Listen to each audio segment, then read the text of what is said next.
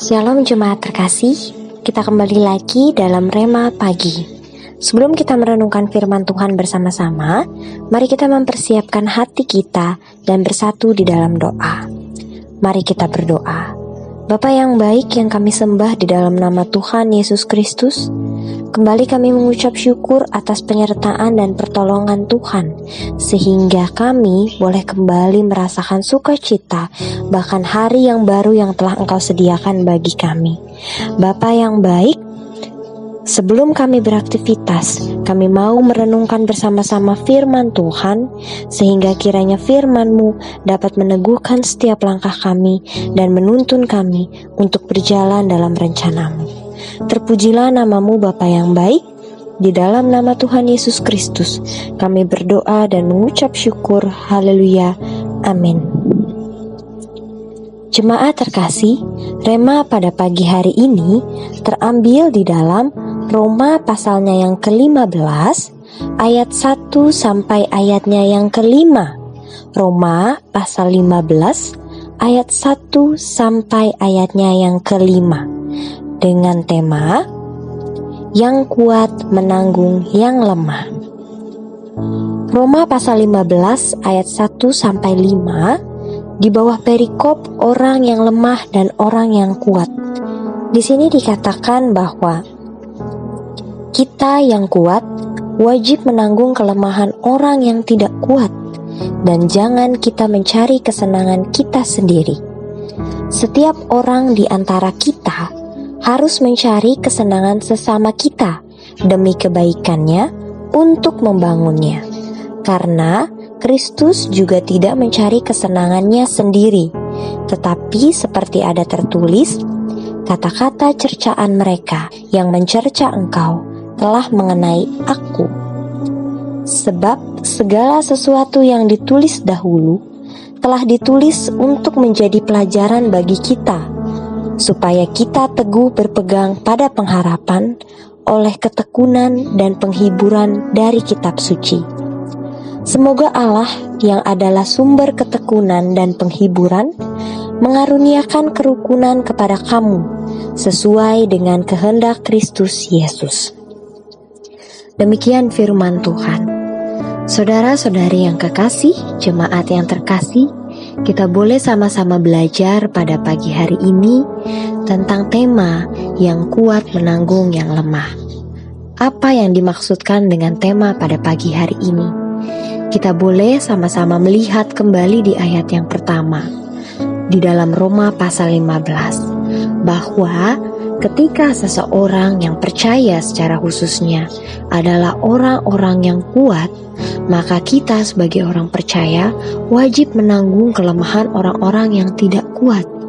Artinya bahwa ketika kita tahu kita memahami firman Tuhan, dan ketika kita tahu bahwa kebenaran itu harus diungkapkan, maka marilah kita menyampaikan hal itu juga kepada setiap orang-orang yang kita temui, baik orang tersebut sudah percaya ataupun bukan orang-orang percaya. Karena apa? Karena itu berarti bahwa kita menanggung kelemahan mereka, yang dalam arti bahwa mereka adalah orang-orang yang lemah, yang membutuhkan penguatan, yang membutuhkan namanya pembukaan tentang kebenaran, keterbukaan tentang kebenaran itu sendiri. Sehingga kehidupan mereka boleh menjadi serupa dengan apa yang Kristus inginkan. Untuk itu, ketika kita menyampaikan firman Tuhan kepada orang-orang di sekeliling kita, jangan pernah mengharapkan yang namanya imbalan. Karena sama seperti Tuhan Yesus Kristus telah mati di kayu salib untuk menebus dosa kita. Dia melakukan itu karena kasih-Nya kepada kita, bukan karena Dia tahu imbalan apa yang akan Dia dapatkan. Tetapi Kristus melakukan hal itu karena Ia betul-betul mengasihi kita. Untuk itu, setiap kita orang yang percaya, ketika kita menyadari bahwa kita memiliki kasih yang daripada Kristus, karena Kristus sudah lebih dahulu menebus kita, maka dari itu, marilah kita juga mampu menguatkan satu sama yang lain, sehingga setiap orang yang lemah imannya atau bahkan yang berada dalam keterpurukan iman bisa kita kuatkan kembali melalui apa yang kita sampaikan, penguatan-penguatan melalui firman Tuhan yang kita sampaikan kepada mereka. Di ayat 2 dikatakan, setiap orang di antara kita harus mencari kesenangan sesama kita demi kebaikannya untuk membangunnya. Ini berarti bahwa ketika kita mau orang lain bersuka cita, itu adalah hal yang terpenting. Kita harus membagikan sukacita itu juga kepada setiap orang. Karena yang namanya sukacita itu tidak hanya sampai pada diri kita sendiri, tetapi kita bagikan kepada setiap orang. Karena sukacita itu berasal daripada Tuhan kita, Tuhan Yesus Kristus. Demikian juga halnya dengan yang lain, entah damai sejahtera, kebaikan, kemurahan, dan semuanya. Hal itu patut kita bagikan kepada setiap orang yang membutuhkannya. Kita lanjutkan dalam ayatnya yang ketiga.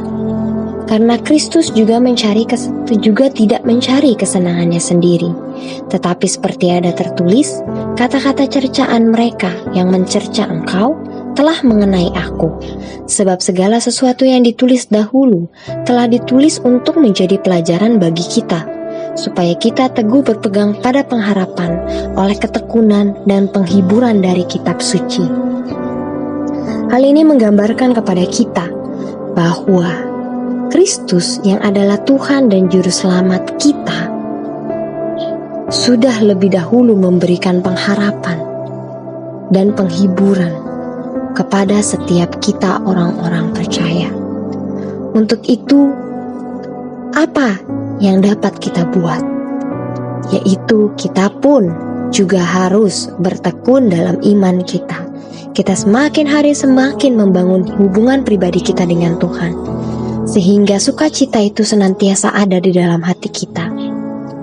Dan dampak bagi orang-orang di sekeliling kita adalah kita memberikan penghiburan itu kepada semua orang.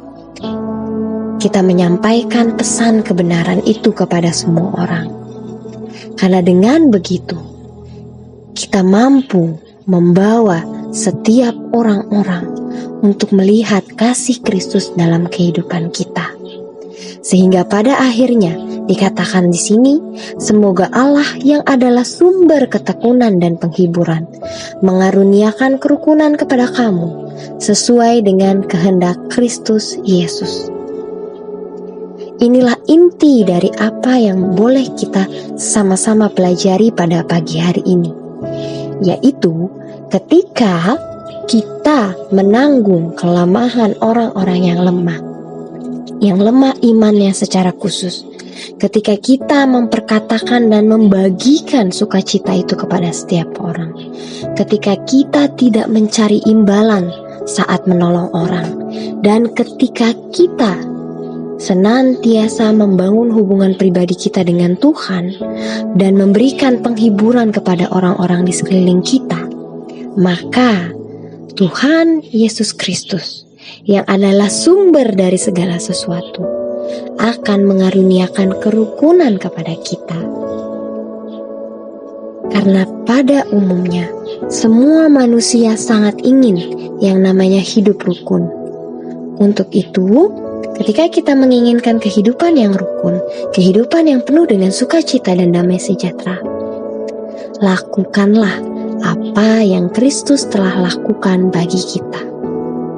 Lakukanlah dan bagikanlah firman dan sukacita yang kita terima dari Tuhan Yesus Kristus.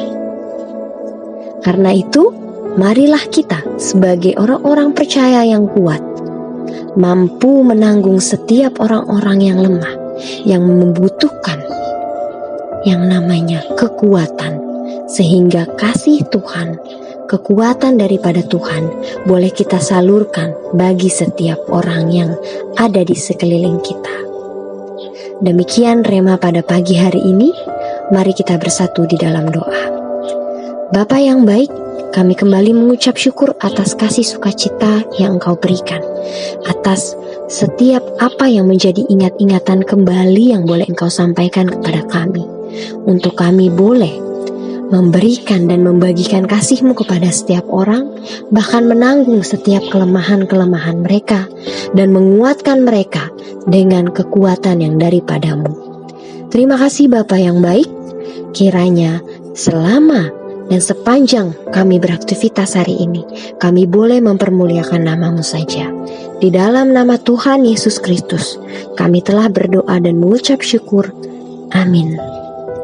Terima kasih. Tuhan Yesus memberkati. Shalom.